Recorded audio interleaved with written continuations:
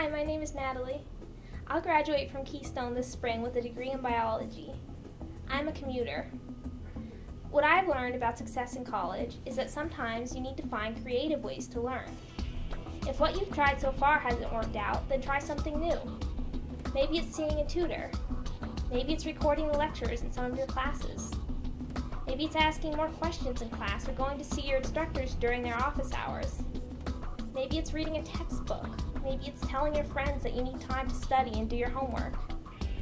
Maybe it's taking better notes in class or making note cards. Maybe it's asking other students what has helped them to be successful. Whatever it is, I encourage you to try something new. Be creative. Hi, my name is Gabby Bosshard. I'm a freshman resident student here at Keystone College, and my major is middle level language arts education. What I found in the past several weeks of school is that it's really important to find your priorities and an environment that's easy for you to study in. You have to choose whether or not you're here to study and get good grades or to party and hang out with your friends all the time.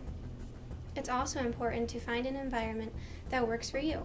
For me, it's the library. For you, it could be Patrick Hall or a room that you find that's quiet. It's really up to you. But those are really the two important things. You need to find what works for you. Hey guys, my name is Ricky. I'm from Brooklyn, New York. I'm currently a junior here at Keystone College. Next semester, I'll be a senior here. I actually transferred last semester here from Adelphi University back in Long Island, New York. I know for you freshmen, it's a challenge to go from being high school seniors to college freshmen. I actually have that same difficulty transferring from one school to the other. What I did to help me succeed at Keystone was take advantage of the tutoring services here on campus, such as peer tutoring and professional tutoring. Anytime I had difficulty in my classes, I spoke to my professors and asked for possible work that I can use as extra credit to help boost my grade. Also took a lot of time out of my day to study, whether it's an hour or two, whatever is most convenient and comfortable for you, to focus on your work to help get a better understanding of what you're learning in class. Those were the few things that I did as a student here at Keystone to have a better experience in terms of learning, and maybe you guys can do the same. Hello, my name is Christopher Hughes. I'm a senior here at Keystone College. I'm a secondary and math education major, and I'm a member of the men's soccer team. I'm also the treasurer of Key Choices, and I'm a commuter from Scranton. I'm here to talk to you about time management. I'm going to give you tips and tricks about how to use your time wisely. The first trick that I like to use is learn to say no. Over the past couple of years, I learned that it's okay to say no as a college student. You do not want to overcommit yourself to these involvements that will make a negative impact on your time. Another thing I would like to do is I go by a saying. It's called work hard to play hard. And if you do your hard work, you put in the hard work first, then you have a lot of time for yourself in the long run. Another thing is a planner. Always make sure you have a planner and always carry it around with you. It has all the dates in it in which you could write down your personal and your school priorities. This is very helpful because when you wake up in the morning, you look at the day and you know what your day is going to be like. Hi everyone, my name is Amanda Nielsen and I'm a junior here at Keystone College. My major is criminal justice and I'm a minor in psychology. One thing I learned about living on campus is that it's very important to go to every single one of your classes. Going to your classes will make you build a professional relationship with your professors and it will show that your attendance is very important. Without this, you will not be able to succeed with testing, time management, and anything else. If you have any of those problems, you can come to the Student Success Center here in the Hibbard Campus Center for help.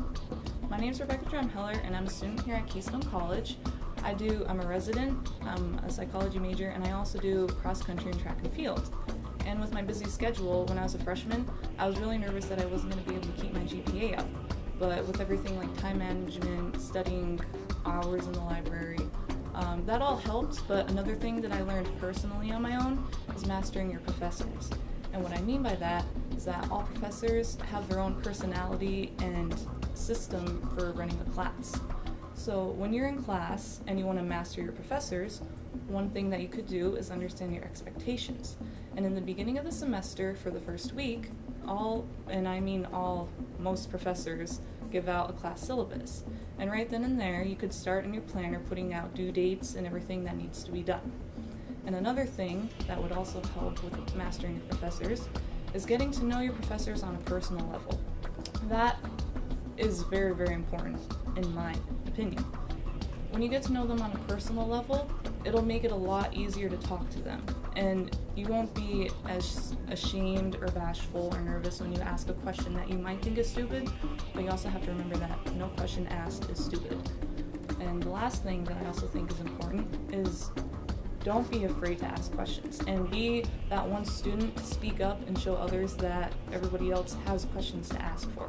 So when your teacher asks a question in class, when they say, does anyone in the class have a question, nobody raises their hand. But you're thinking in your head, well, I have a question, but nobody's raising their hand, so maybe I'm the only one that doesn't get it. But you would be very surprised at how many students in that class are thinking the same exact thing that you are. And you're not going to know that unless you raise your own hand. And then when you do raise your hand and you ask that question, everybody else is going to raise their hands and ask the questions that they need to ask. So that's what helped me, and that's something that I stress to you. Master your professors and don't be afraid to ask questions.